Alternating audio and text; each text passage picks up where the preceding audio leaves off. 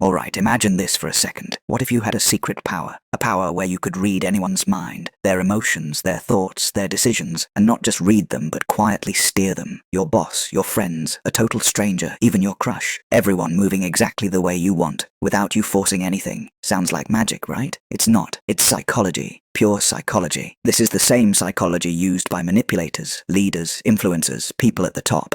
They control people without those people ever realizing it.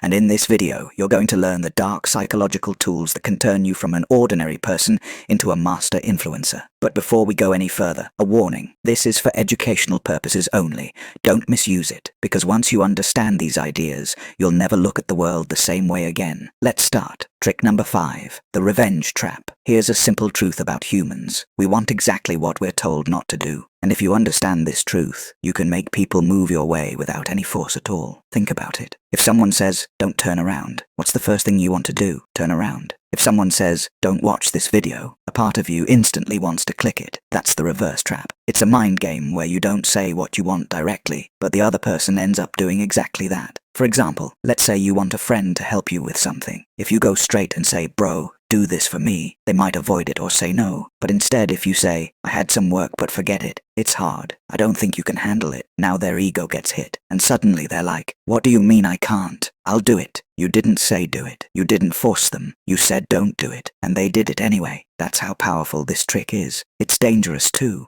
Most of the time, the other person doesn't even realize that the decision wasn't really theirs. Control the impulse, and you become the real master of the game. Now trick number 4, master of choice. You think people make decisions freely. They don't. People only choose from the options placed in front of them. The real winner is the one who designs those options. Power isn't forcing people, it's framing their choices. Let me explain. Say you want your friend to go out with you. If you just say, let's go out, they might say no. But if you say, Pizza Hut or Domino's, the game changes completely. Now, they have 2 choices, but both lead to the same result. They're going out with you. They feel like they made the decision, but the control was always yours. This is the same technique used by politicians, big brands, and marketers. Buy one, get one. Buy 2 and get 50% off. You feel smart choosing the better deal, but either way, you're buying. Remember this. People don't want full freedom. They want controlled freedom, where their ego feels safe. Control the options, and you control the decision. Now trick number 3, the guilty trap. Guilt is one of the strongest emotions when it comes to control. You can force people and still get no reaction, but when someone feels guilty, they bend on their own. Imagine a friend who keeps promising to meet you but always avoids it. If you confront them aggressively and say, you never make time for me, they'll pull away even more. But if you calmly say, I get it. If I was important to you, you'd probably make time. Something changes. You didn't accuse them. You didn't fight. You held up an emotional mirror. Now guilt kicks in. They start thinking they hurt you. They feel the need to explain, to reconnect, to apologize. That's the real magic. You didn't force anything. They change themselves. Next, trick number 2, emotional hijack.